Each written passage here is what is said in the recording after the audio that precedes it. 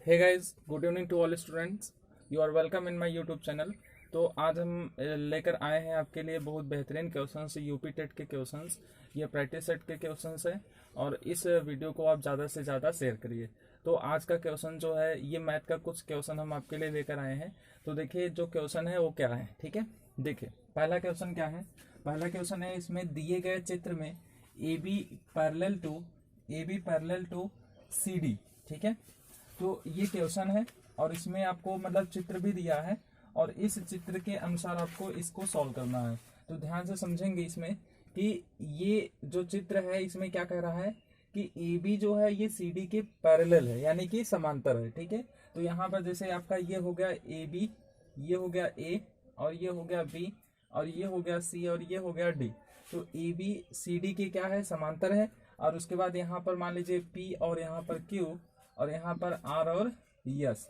तो A B और C D ये दो रेखाएं क्या है, समांतर हैं। और इसके बाद यहाँ पर जो ये पी क्यू रेखा है और आर एस रेखा है ये क्या है, तिर्यक रेखा है। अब आपको यहाँ पर क्या कर रहे हैं कि जो ये यक्स डिग्री वाई डिग्री है इन दोनों का अंतर मतलब y माइनस यक्स डिग्री का मान ज्ञात करना है, ऑप्शन दिया है। तो आप इसको इसके मतलब कि इसको पॉज करके वीडियो को आप एक बार ट्राई कर लीजिए, फिर इसके बाद ना आए तो आप उस वीडियो को फिर से देख करके समझ लीजिए, ठीक है।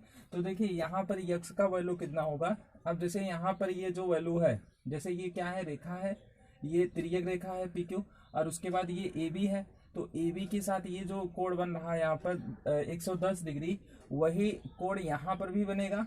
क्यों? क्योंकि आपको पता है कि अगर किसी रेखा पर दो कोण बन रहे हैं और संगत कोण हैं तो दोनों संगत कोण बराबर होते हैं। तो ये 110 डिग्री है तो ये भी कितना होगा, 110 डिग्री होगा। अब यहाँ पर ये जो यक्स डिग्री है ये कितना होगा, तो टोटल आपको पता है कि इस पॉइंट पर टोटल कितना डिग्री बनेगा, 180 डिग्री। अब 180 डिग्री में से 110 डिग्री तो ये बन गया है। तो यक्स कितना बनेगा, 180 में से 110 को घटा देंगे, यानी ये जो एक्स डिग्री है ये कितना हो जाएगा, 70 डिग्री हो जाएगा, ठीक है स्टूडेंट। अब इसके बाद यहाँ पर ऐसे हो जाएगा, ये 120 डिग्री है तो ये भी 120 डिग्री होगा।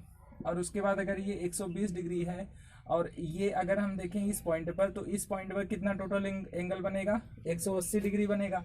तो 180 में से 120 तो ये बन गया है। तो y कितना बनेगा, 60 डिग्री बनेगा, क्योंकि यहाँ पर टोटल कितना है 180, और 180 में से इतना एंगल जो है ये 120 है। तो 120 में से अगर हम 180 में से 120 घटाएंगे तो ये कितना हो जाएगा, y का मान 60 डिग्री हो जाएगा। आपसे क्वेश्चन में क्या पूछा था, y माइनस यक्स, तो y का मान कितना है, 60 डिग्री है, ठीक है। और माइनस यक्स का मान कितना है, 70 डिग्री। तो ये वैल्यू कितना हो जाएगा, 10 डिग्री। ऑप्शन नंबर आपका पहला सही हो जाएगा, माइनस नहीं होता है कोड, ठीक है। तो ये आपका इसलिए ये ऑप्शन हो जाएगा क्या, 10 डिग्री। पहला क्वेश्चन ये हो गया ना। अगर आपको इसमें कोई दिक्कत हो पहले क्वेश्चन में तो आप कमेंट करिए, या तो आप इस वीडियो को फिर से देखिए, आपको समझ में आ जाएगा, ठीक है। चलिए अगला क्वेश्चन देखते हैं। अब देखिए इसमें जो ज्योमेट्री के क्वेश्चन है ये बहुत ही बार पूछे गए हैं, ठीक है। तो आप इस क्वेश्चन को समझिए और जो भी समस्या हो उसको आप पूछ सकते हैं कमेंट में, ठीक है। तो उसका मैं आपको रिप्लाई दूंगा। चलिए अगला क्वेश्चन देखते हैं। अगला क्वेश्चन क्या है, क्वेश्चन नंबर 2।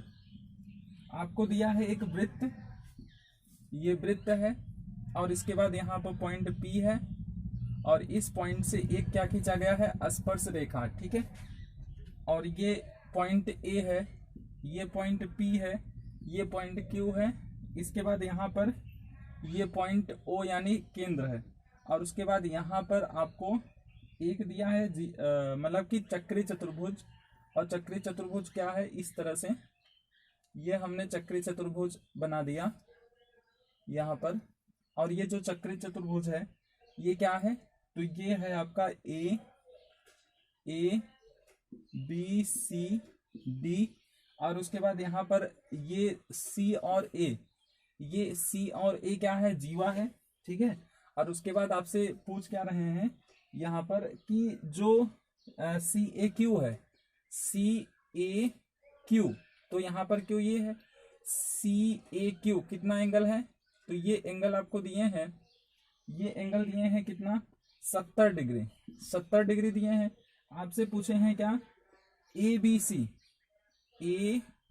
BC, यानी ये एंगल आपसे पूछ रहे हैं, तो ये एंगल कितना होगा ये आपसे पूछ रहे हैं। आपको ऑप्शन में दिए हैं क्या, 70 डिग्री, दूसरा क्या ऑप्शन है 80 डिग्री, तीसरा ऑप्शन है 110 डिग्री, चौथा ऑप्शन है 90 डिग्री।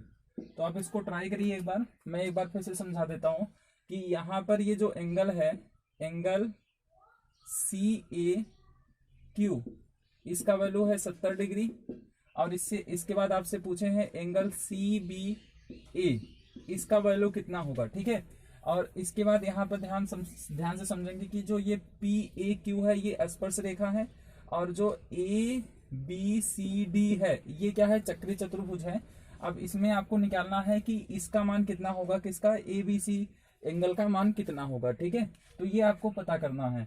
तो चलिए पता करते हैं, ध्यान से समझेंगे इसमें कि ये जो बिंदु है, ये बिंदु क्या है, केंद्र है, केंद्र बिंदु है वृत्त का, ये बिंदु है।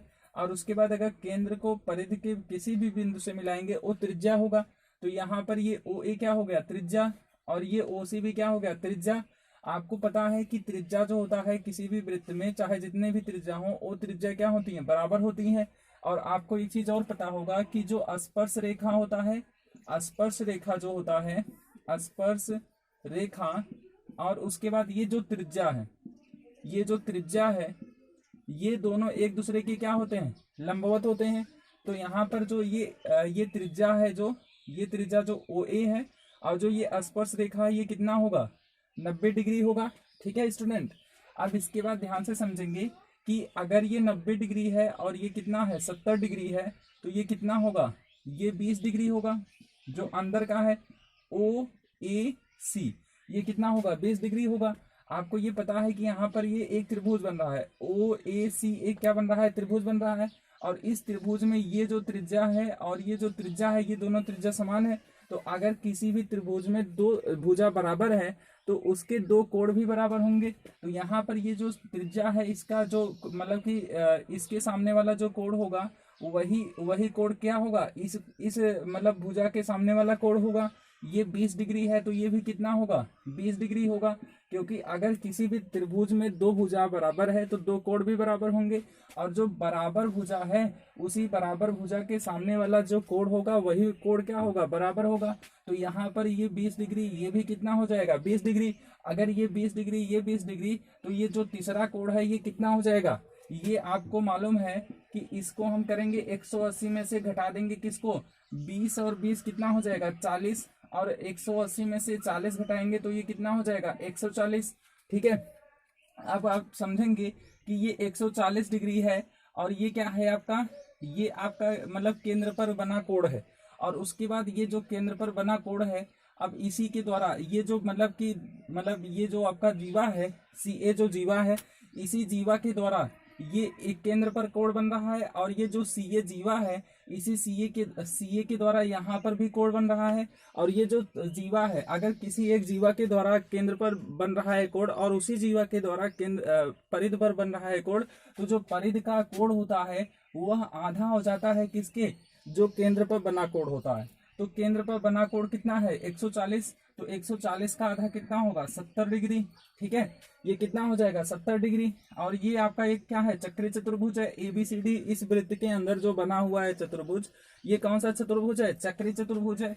अगर ये 70 डिग्री है तो ये कितना हो जाएगा, ये आपका हो जाएगा मतलब कि किसी चक्री चतुर्भुज में आमने सामने की जो कोण होते हैं उनका योग 180 डिग्री होता है। अगर ये 70 डिग्री है तो ये कितना होगा, 110 डिग्री होगा। यानी ऑप्शन कौन सा सही हो जाएगा इसका, ये जो C ऑप्शन है ये सही हो जाएगा, ठीक है स्टूडेंट।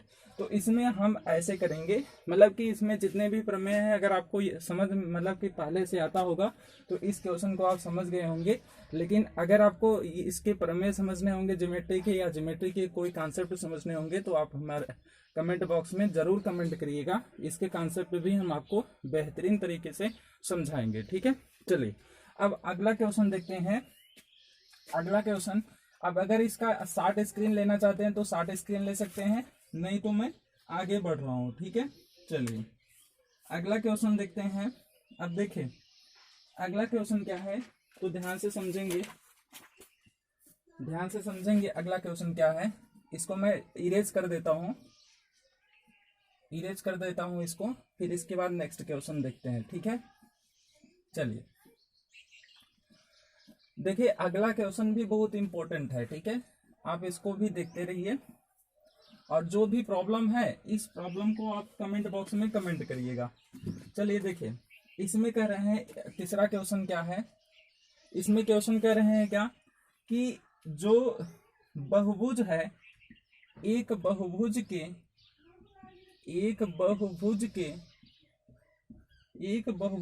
अंतःकोणों का योग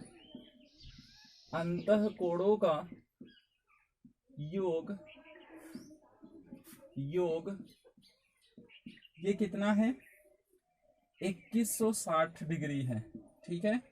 बहुभुज के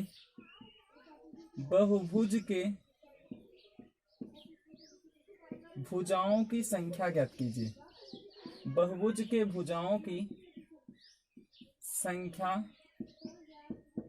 ज्ञात कीजिए, ठीक है। चलिए अब इसमें ऑप्शन क्या दिया है इसको मैं आपको समझा देता हूं। तो इसमें ऑप्शन दिया है आपको 12, दूसरा ऑप्शन 13 और तीसरा ऑप्शन 14 और चौथा ऑप्शन 15, ठीक है। अब देखिए अब आपको इसको समझना है, ध्यान से समझिएगा।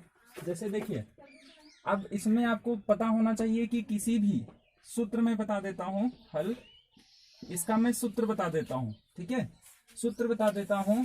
और ये जो सूत्र है ये क्या है, ये सूत्र क्या है इसके बारे में मैं बता देता हूं कि किसी भी बहुभुज के अंतःकोणों का योग, बहुभुज के सभी अंतःकोणों का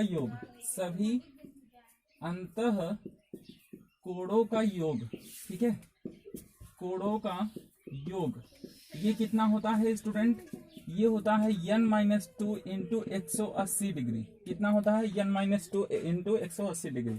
अब देखिए समस्या ये है कि आपको ये मैं सूत्र बता दिया, आपको याद रहेगा या नहीं भी याद हो सकता है, चूंकि देखिए होता क्या है कि एग्जाम में हम भूल जाते हैं फार्मूला, तो फार्मूला का अगर मैं प्रूफ बता दूं तो आपको शायद याद रहेगा काफी समय तक, ठीक है। तो जैसे आपको पता है कि n क्या है, भुजा है, n क्या है, भुजा है।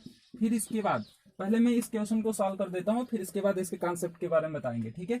तो देखिए ये जो मतलब कि अंतःकोणों का योग है ये कितना है 2160, यानी हम लिख सकते हैं इतना बराबर 2160 डिग्री, ठीक है। अब ध्यान से समझिए, इसका गुणा कर दीजिए इसमें, या तो इस 180 को उधर भेज दीजिए, तो n-2 इक्वल टू 2160 बटे कितना हो जाएगा 180 डिग्री। अब इसके बाद 0 और 0 कटा दीजिए, तो अगर हम इसको कटाएंगे जैसे कि इसको आगे सॉल्व करेंगे तो ये हो जाएगा n-2 इक्वल टू 216 बटे 18। अब इसको कटाइए तो ये हो जाएगा 18 का नम 18 और 3 मतलब 18 दूना 36, 12 आ जाएगा। n-2 इक्वल टू 12 और n इक्वल टू 12 प्लस कितना हो जाएगा 2 और ये कितना हो जाएगा 14, यानी कौन सा ऑप्शन सही होगा, ये मतलब कि ये n क्या था, भुजा की संख्या था। आपसे कह रहे थे कि जो बहुभुज है इसके अंतःकोणों का योग अगर 2160 डिग्री है तो बहुभुज के भुजाओं की संख्या ज्ञात कीजिए। तो उसमें क्या करते हैं, हम पहले सूत्र लगाते हैं कि किसी भी बहुभुज के सभी अंतःकोणों का योग 100 कितना होता है n-2 गुणे 180 डिग्री। अगर इसके कॉन्सेप्ट आपको समझना है तो मैं आपको समझा देता हूं, या तो आप वीडियो को रोक सकते हैं, ठीक है। चलिए अब इसके कॉन्सेप्ट को हम समझते हैं कि कैसे ये सूत्र आया, ठीक है। देखिए गणित के जितने भी फार्मूले हैं ये फार्मूले माइंड में तभी सेट होंगे जब उस फार्मूले पर बहुत सारे क्वेश्चन आप प्रैक्टिस करेंगे, और साथ में फार्मूले के जो प्रूफ हैं वो भी आपको जानना बहुत ही आवश्यक है, ठीक है। चलिए हम बनाते हैं यहाँ पर बहुभुज। बहुभुज क्या होता है कि ऐसा आकृति जिसमें 2 से अधिक भुजा हो, जैसे त्रिभुज भी एक बहुभुज होता है क्योंकि इसमें 3 भुजा होता है।